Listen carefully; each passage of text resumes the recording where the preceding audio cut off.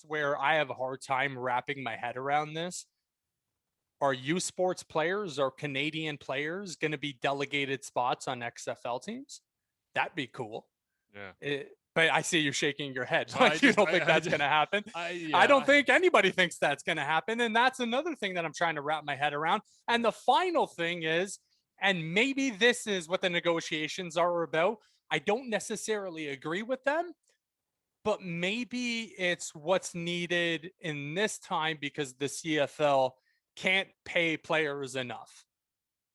They're going to allow CFL players out of their contracts. So in the off season, if they choose, they can play in the XFL. All right, so this is what I want to get into here is the possibilities of the actual partnership, because the verbiage around this was opportunities for alignment. And the first one that jumps out is merger. That's the first thing that everybody was talking about immediately. And so Danny Austin from the Calgary, I think he's Sun Herald, otherwise Post Media out there, he ended up posting a tweet today that said, I apologize for posting a big block of text like this, but I asked Randy Ambrosie as directly as possible whether a merger might come out of these talks. His answer is in the screenshot below. And it says, quote, Danny, everyone seems to be jumping to the conclusion that there is a merger that you guys are working towards and is on the table. I'm going to ask you directly, is a merger something that potentially could happen out of this? Randy Ambrosie, quote, I say this with the greatest amount of respect, but you are way ahead of where we are. You know, today's announcement, the reason why it felt so good was it was exactly what it was intended to be. It was to tell the world that we're going to talk. We haven't reached any conclusions at all. It's what we said. How do we grow the game? How do we help each other? How do we create more opportunities for fans and players? How do we create more fan engagement? Honestly, we don't know where this is going to take us, and it would be premature to speculate on what the outcome of this is. What we know for sure is it's been very encouraging to talk to a group of people that loves the game of football the way we do, and they have a particularly strong set of capabilities. Some of those capabilities around fan engagement and community building could be very helpful to us, and that's where we're going to start. Again, that's just the start. End quote. That's not where this is going to end. But again, I wonder, and I ask out loud just because I'm thinking it, what does the XFL have in terms of a particularly strong set of capabilities? Some of those capabilities around fan engagement and community building that could be very helpful to us. I don't know.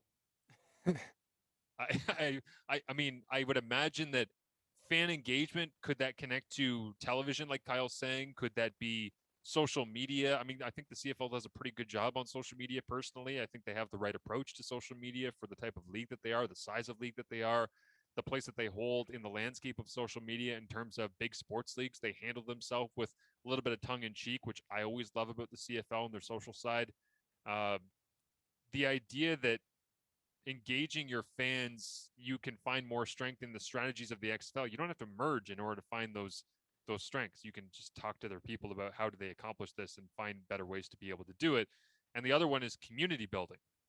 How does bringing the Houston Roughnecks into the same league as the Hamilton Tiger Cats and the Saskatchewan Roughriders promote community engagement? Yeah. I don't know. Uh, I hate to be awkwardly silent, but part of it's unintentional, part of it's intentional, because I leave the dead air there because I don't understand what that messaging is. I don't understand what point are we trying to hammer home on the idea of a potential merger. And so the merger side of things, I look at that and I say, I feel like that would be a death knell to what we knew as Canadian football for a lot of obvious reasons, which would be really disappointing. The player sharing, Kyle, that you mentioned is another option for these opportunities for alignment. To which I say, hell no. Because if you are operating separately, anybody who knows the grind of a CFL season, this is the amazing thing. Kyle, there's so many people on social media on Wednesday, March 10th, 2021, who have actively been saying, well, this is great. They can just share players. Everybody can play year round. You ever Never played football. You ever been around an ice tub in week 12, week 15, week 18, the West Semi, the East Final, after the Grey Cup when Strevler's walking around on a broken damn foot? Yeah.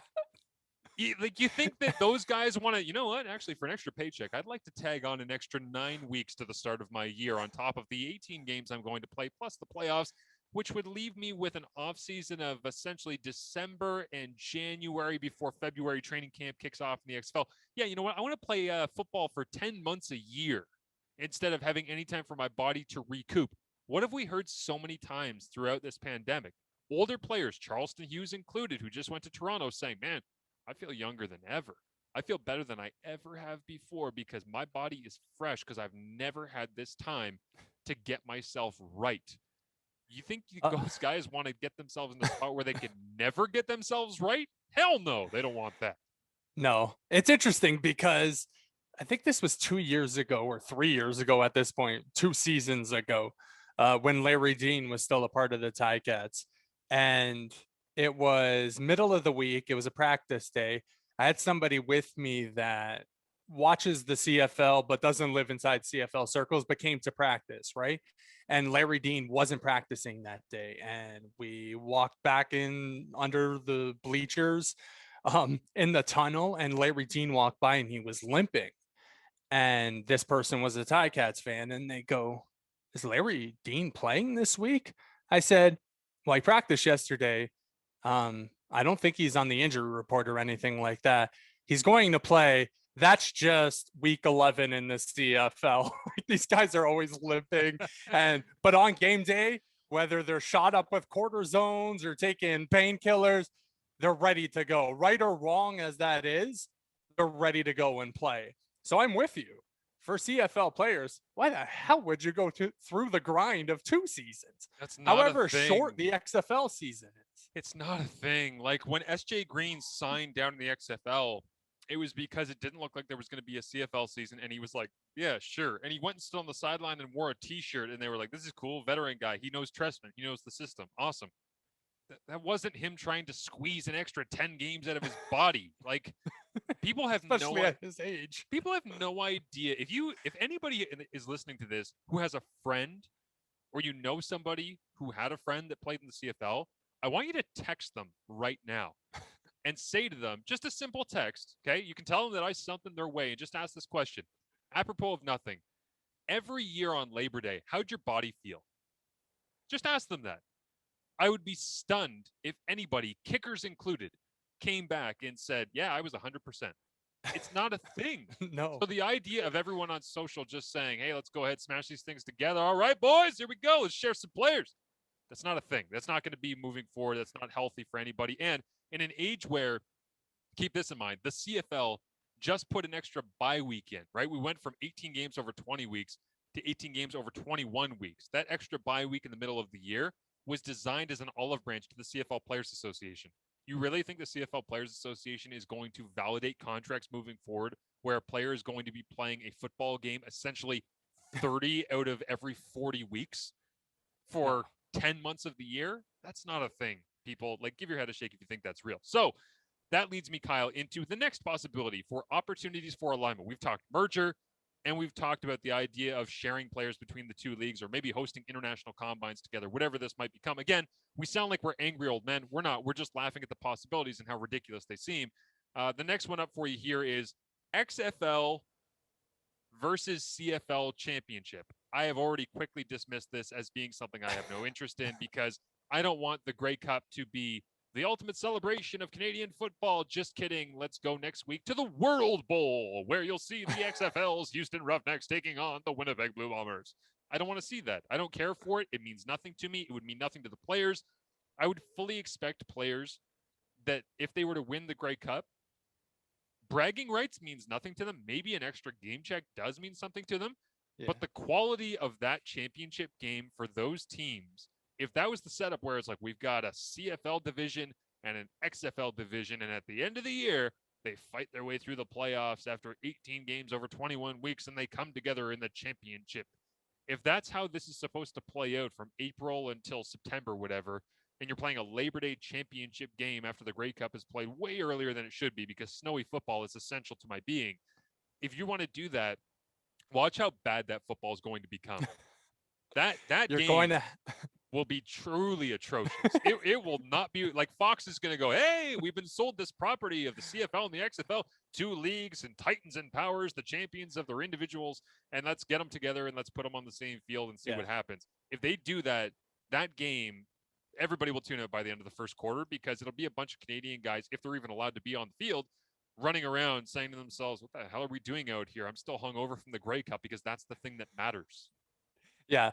And you bring up a good point of players not really caring about bragging rights. And to be honest, Canadian Football League fans don't care about their champion going down and playing an XFL team. You're not proving anything. What are you proving? You're the second best football team that exists. You already know that in the CFL. And the XFL has to get to a championship game. Who says they are? And who says that if they do? And by the way, the timing of this in the calendar, how does it work? So the Grey Cup champion will play the XFL champion in what, the first week of December? When does the XFL season end? Is that team going to be sitting around for 6 months waiting to play a Canadian Football League Grey Cup champion? Like, it makes no sense on any front. But that's what me and you are doing right now, right? This is the tinfoil hat episode of Marsh and Melo if it's ever existed before. Like, our stinger of reckless speculation. This whole show has been reckless speculation because we have no idea. But what me and you are trying to do is, okay, what's best for the CFL?